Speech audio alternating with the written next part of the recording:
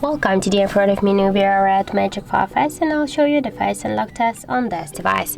So I just set up my face recognition a couple of minutes ago, and now you can see that I can unlock the device with my face recognition.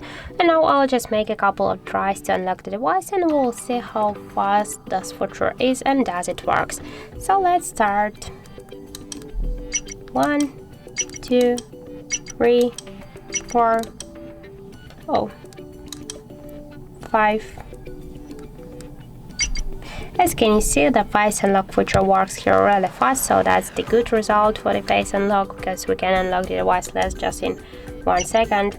But I'll just try one more thing. Right now I set up my face recognition without the glasses, and now I'll wear them and we'll see does this feature work with the glasses. So as can you see, the face unlock works without any problems. So that's it. Thank you for watching, and if you found this video helpful, don't forget to leave a like, comment and to subscribe our channel.